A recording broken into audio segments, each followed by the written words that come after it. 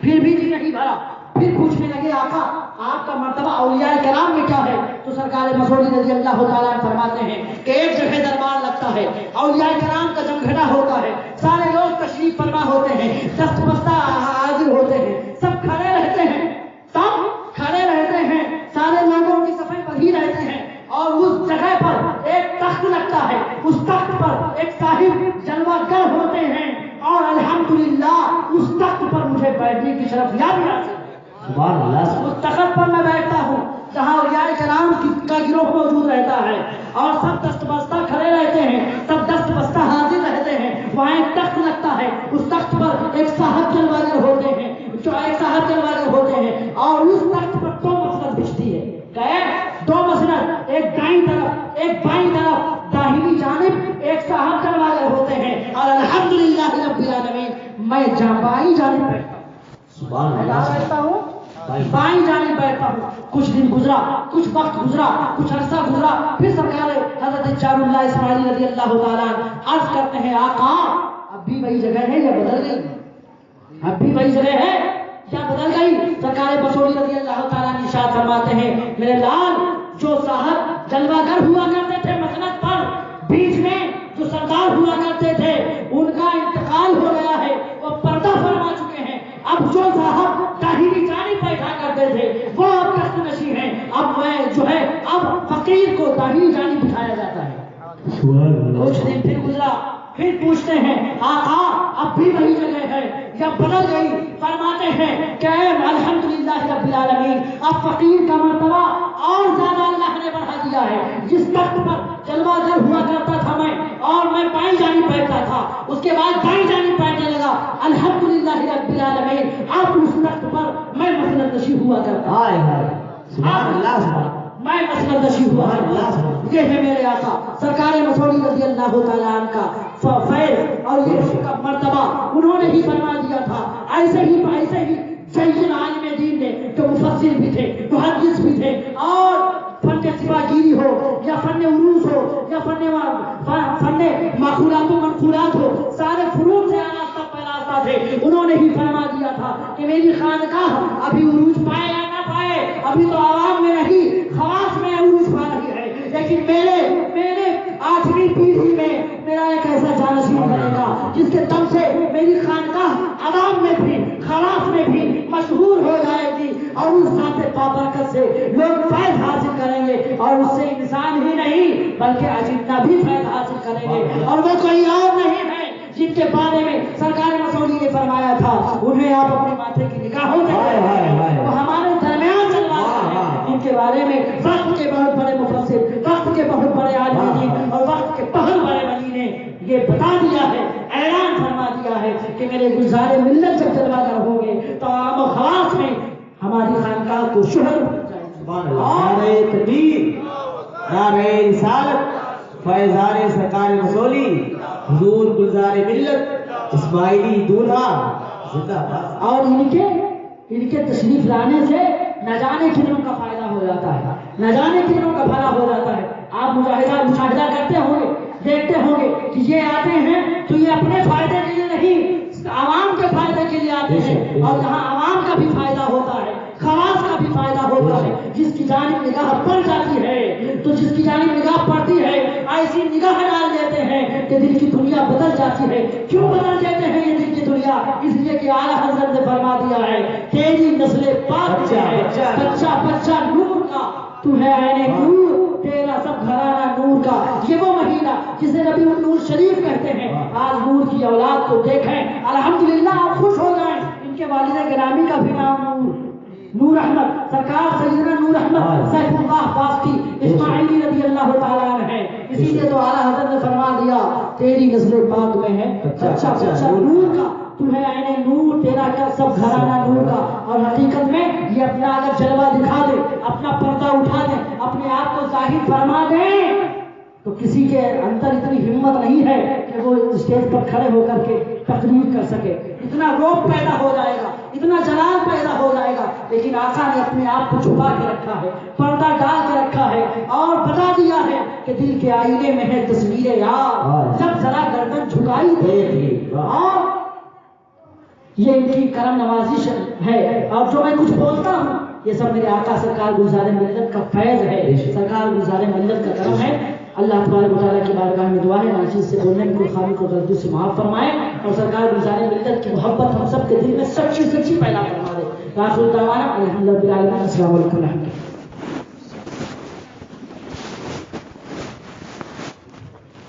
بڑا اعلیٰ گھرانہ ہے میرے گلزار ملت کا، ذرا محبت سے کہیے، بڑا اعلیٰ گھرانہ ہے میرے گلزار ملت کا، ہر ایک سنی دیوانہ ہے میرے گلزار ملت کا، بلائے داخل تحریر ہرگز ہو نہیں سکتی، جہاں بھی آنا جانا ہے میرے گلزار ملت کا، بلائے داخل دہلیز ہرگز ہو نہیں سکتی، جہاں بھی آنا جانا ہے میرے گلزار ملت کا، علم بردار سنیت میرے گلزار ملت ہے، ہر ایک نزدیک نشانہ ہے میرے گلزار ملت کا، علم بردار سنیت میرے گلزار ملت ہے، ہر ایک نزدیک نشانہ ہے میرے گلزار ملت کا۔ ایسے سہانے وقت میں گزارش کر رہا ہوں ناز شریف کے چند اشعار پیش کرنے کے لیے محترم قاسم ندیمی صاحب ناسک تشریف لائے اور ناز شریف کے چند اشعار مختصر اشعار سامعین کے حوالے کریں۔ نعرہ لگا دیں، نعرہ تکبیر، نعرہ رسالت، مسلک اعلیٰ حضرت حضور گلزار ملت اسماعیلی دولہا، نعرہ تکبیر، نعرہ رسالت۔ السلام علیکم۔ بہت بڑی سب میں بہت بڑا ناز شریف سنا دیں۔ جی ناظم صاحب نے مقید کر دیا ہے، لیکن میں تو چاہتا ہوں کچھ مصوری شریف بھی ہو جائے، کچھ ناز شریف بھی ہو جائے۔ کیا چاہتے ہیں؟ بول دیں سبحان اللہ۔ دونوں جہاں کے مالک و مختار آ گئے، دونوں جہاں کے مالک و مختار آ گئے،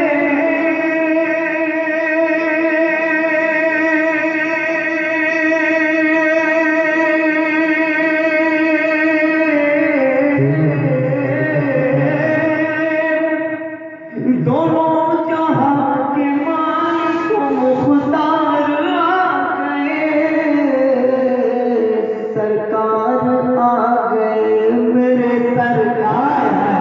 سبحان اللہ، سبحان اللہ، نعرہ تکبیر، نعرہ تکبیر، نعرہ رسالت، مسلک اعلیٰ حضرت حضور گلزار ملت، نعرہ تکبیر، نعرہ رسالت، زندہ باد۔ دونوں